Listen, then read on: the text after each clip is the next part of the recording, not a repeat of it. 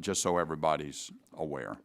But welcome to today's hearing, and thank you to my colleagues and our witnesses for being with us. You know, chemicals are the building blocks of America's modern economy. Everything around us in this hearing room, for example, including our clothes, our cell phones, our transportation to get here, all of this is largely made possible because of innovations in the chemical sector. Friends, chemicals, all sorts of chemicals, quite literally make modern life possible. Now, I don't take issue with the EPA taking the necessary steps to reduce risk or to regulate responsibly, because we need that. But the scope, timing, and breadth of EPA's recent activities gives me pause, especially when the Biden administration constantly claims to have a robust industrial policy. On the one hand, we see the EPA, the Commerce Department, the White House touting the new next-generation semiconductor facilities, the battery plants, electric vehicles. These shiny new finished products will be made in America, they say. But at the same time, they pull the permits, slow the approvals, and bring their own regulatory hammer down on all the chemicals. And I'm talking about the plastics and the critical materials in the supply chain that are needed for the finished products they continuously brag about, that they want. We need our chemical regulatory framework to make sense. The dots need to be connected. To give an example, EPA is working through more than a dozen simultaneous actions that will directly and negatively impact the chemical manufacturing sector. In April 2023 alone, the EPA proposed new source performance standards and national emission standards for the synthetic organic chemical manufacturing industry that condensed 6 unique rulemakings into one proposal. An advance notice of proposed rulemaking to solicit public input on designated PFAS chemicals as hazardous substances under CERCLA, and national emission standards for ethylene oxide, or ETO, emissions that would severely threaten patient safety and disrupt our nation's healthcare system.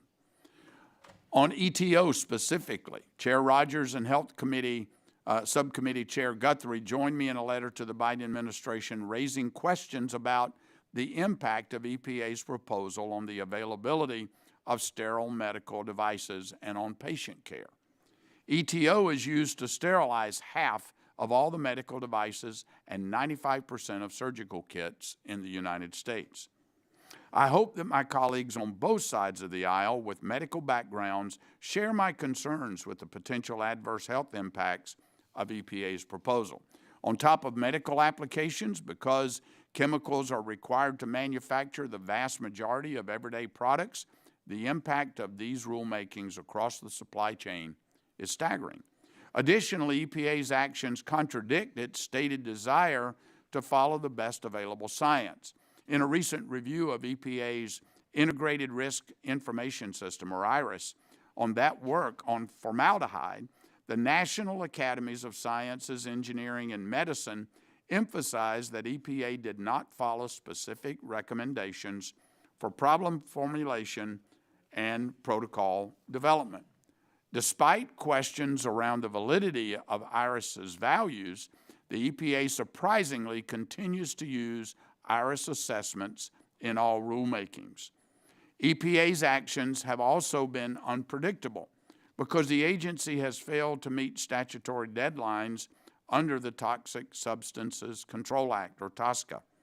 TSCA Section 5 requires EPA to make a risk determination about a new chemical or a new use of an existing chemical within 90 days, or 180 days if the agency needs an extension. However, the Government Accountability Office indicated that 90% of new chemical applications did not receive a decision from the EPA within the extended 180 days. How are companies supposed to innovate if EPA cannot make a decision in a timely manner? EPA's seeming lack of objectivity in regulating chemical manufacturing, whether for operating permits or risk determinations and management, highlights the need for congressional engagement and the importance of our hearing today. And I look forward to hearing from our witnesses about the practical real-life impacts of EPA's regulatory regime in the chemical sector and the consequences for manufacturing across the board. The federal government should wield its authority to foster innovation, not stifle progress across industries. We all want clean air, clean water, and clean products, but there must be a consideration of the balances of regulating critical, life-saving chemical building blocks to the point that we are dependent on even more critical materials from overseas, especially from countries like China. With that, I yield back, and the chair now recognizes